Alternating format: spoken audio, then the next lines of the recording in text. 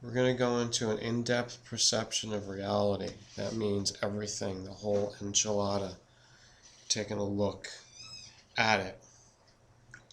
And how should I know? Well, don't focus on me. Focus on what you hear. And if the truth resonates within, then it is something.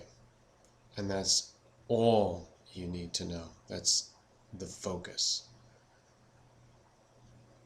There are a lot of books. There are a lot of teachings. There are also a lot of religions.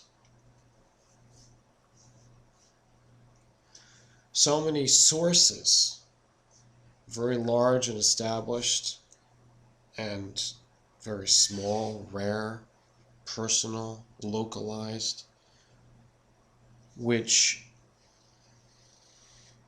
will offer some version of the reality explanation. And human experience for each one of us as individuals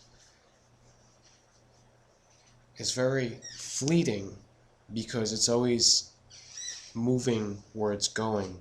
It doesn't have any chance or any effort put into stepping out and looking at where it's going. Being so used to and trapped within this movement, being that movement of whatever the life is.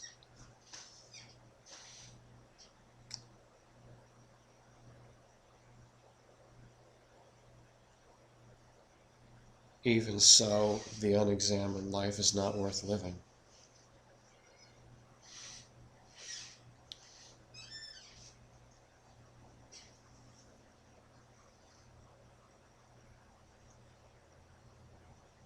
What we are truly, and when you come to that trueness, that truth, and being it, becoming more and more of it,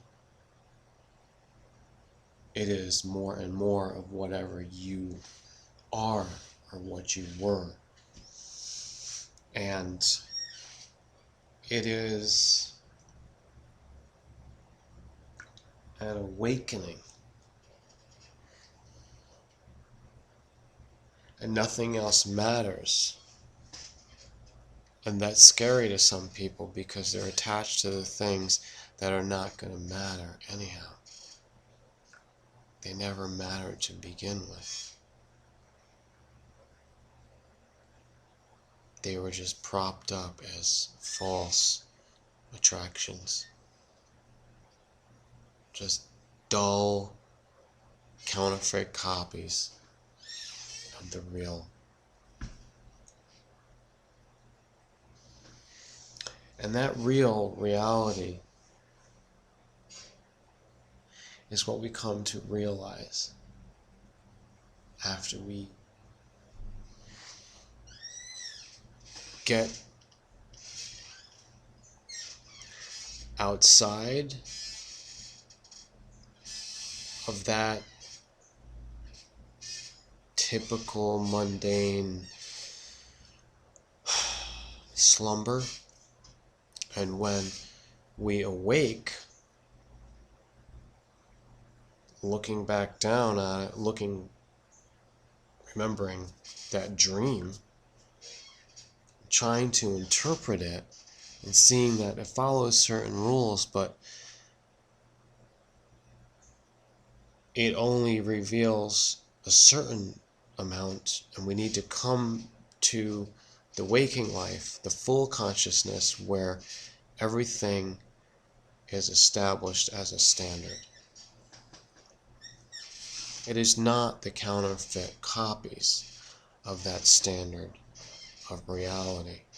These are standards that are put into place to be the building blocks, building pieces, fabric upon which is woven all the energy and manifestations in the cosmos and the universe, from the lowest to the highest, to the awakening spirit, through all the thoughts and ideas and increasing consciousness.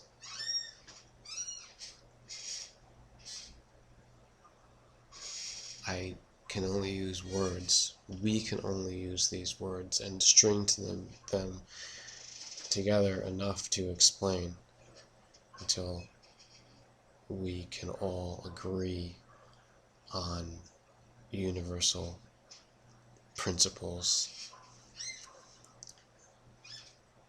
laws that are going to be important to follow. We can create this.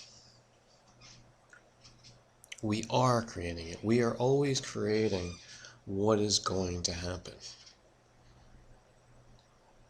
Whether you're going to look at it as negative or positive, everything was created by activity, thoughts, wishes, things that generate reaction.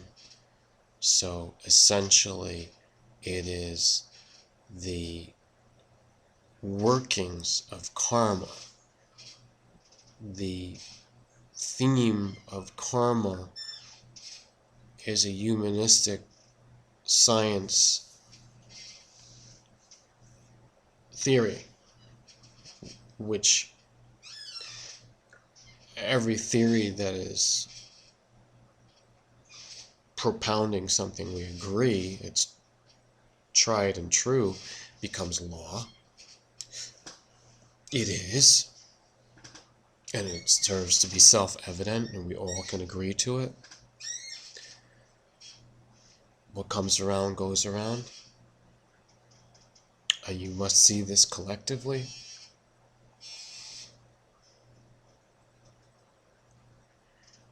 We only get what we want, so make sure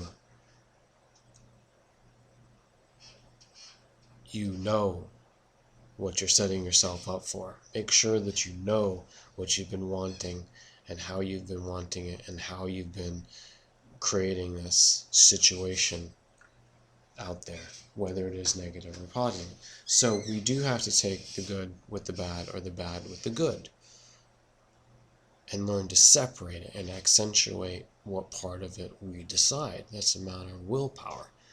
But if willpower is used for the dark side of the force, then it is going to be a struggle between the evil and the good. It's going to be a biblical Armageddon. It is going to be a fight of the black magic versus the white magic. The good side of the force, which are the Jedi Knights in that mythology, have to defeat the evil empire. What other way is there to do this? We identify the strongest forces in the world that are out there.